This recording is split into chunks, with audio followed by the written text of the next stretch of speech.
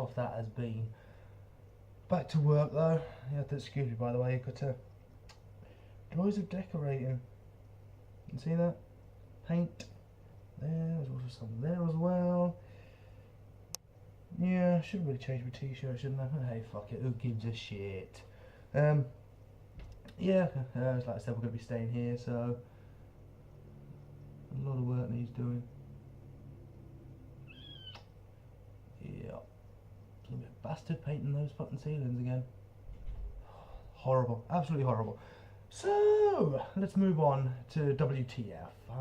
Yeah, be a good idea, wouldn't it? So, it's been a weekend of, I don't know, pretty much typically what you'd expect. You had Man United draw with Bournemouth, rightfully so, by the way. Zlatan Ibrahimovic and Mings have been charged by the FA for violent conduct. Yep, damn right. Because the whole excuse by Zlatan was, oh, he jumped into my elbow. Yeah. And this t-shirt's yellow. Jumped into my elbow. You clearly elbowed him in the fucking face. It doesn't take a genius to fucking see that. You know what I mean? Does he really think that these bullshit excuses are going to wash? This is England. We are not fucking dumb. The government that runs the country might be.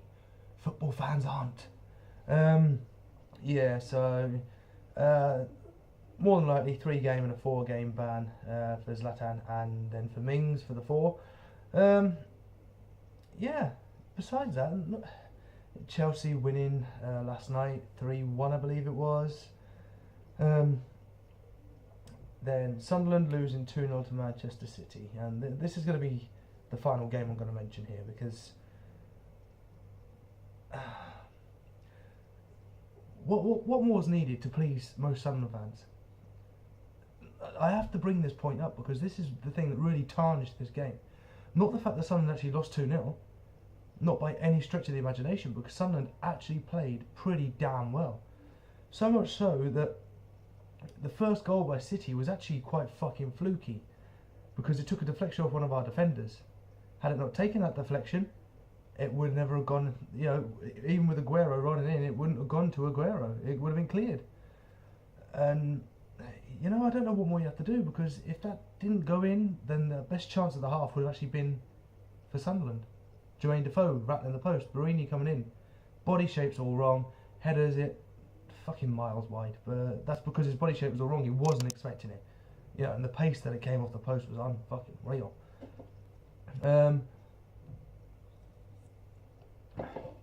But I mean, what more does that team have to do? Because when they went 2-0 down, Sunderland fans started leaving, like 60 minutes, 75-minute mark. What are you doing?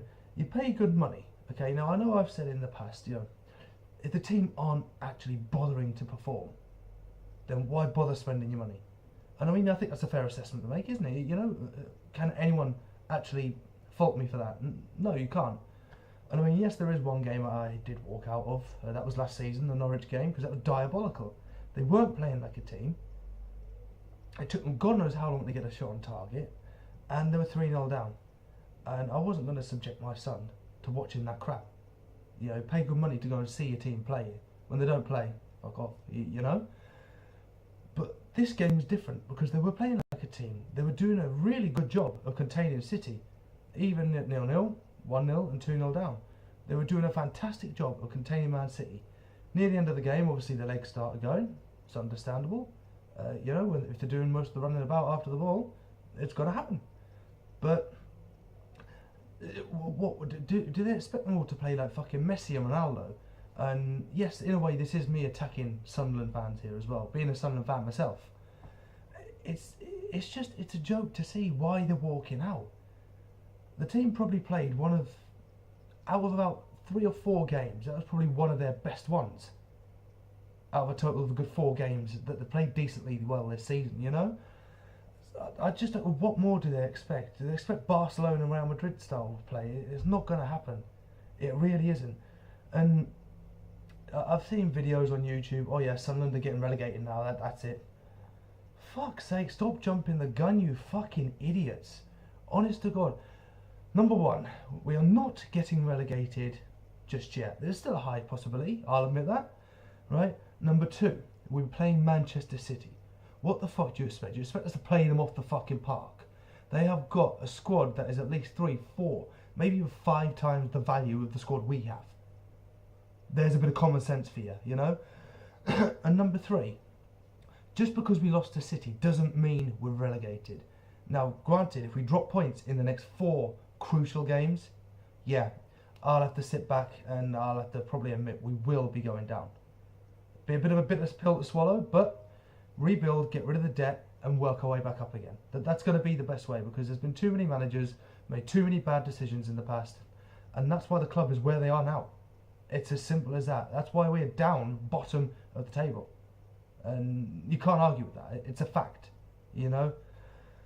But not to mention also the stupid fucking thing about releasing players and not trying to sell them on for a profit, or even to claw some money back. That's where we are massively faulted, by the way, I might add. But you know, it's not over yet. You know, we're actually worse off. I believe, was it last season or the season before? This isn't our worst season yet. Sounds daft to say that, because we're bottom of the table on 19 points, I believe. It sounds absolutely fucking ridiculous, doesn't it, saying that? It really does. But it's not actually our worst season yet. So we still have hope. And if they play like they played against Man City, not trying to contain a team, but actually bring in the more attacking, an attacking style of play against these next 4 games against the teams we have to win against, we'll win, hands down, any day. We won't drop points. We'll win and we'll be clawed out of the relegation zone. And that's a stepping stone to push forward. However, if we go back into that shell again, we will lose. And lose, and lose, and lose. And we'll be down. We'll be down probably with 4 or 5 games left to play. You know? Now I don't want to see that. They played like they did against Man City, but add a more attacking style to it. We will be fine. You know, because it's kind of weird. You can see the team, when they have good days, they have fucking horrible days after as well. And they just need some consistency. And let's face it, every Sunderland fan knows this is pretty much where our season starts now. I mean, the proof of that was on Sunday. Apart from the idiots that walked out because they don't have a clue. Before anyone says, yes, I know some people leave around 80-85 minute mark to avoid traffic. I've never understood that. But fair enough, because it is a nightmare. I can't really argue the toss there. Just seems daft though. Why bother paying all that money, you know? But, you know, I can understand that. That's perfectly fine. And I know some people genuinely have emergencies and blah, blah, blah. That's perfectly fine. But when it comes to just intentionally leaving just because your side's losing 2-0, you know, what if, say, for the last half hour, doubtful, what if, say, City had a shocker for the last half hour and we managed to claw something from the game? You know, and you, who walked out, would have missed it. And then you'd have felt like a right fucking tit. But hey ho, you know, that's my attack and rant over, because we, you know, supporters need to stick together. We need to stay in there.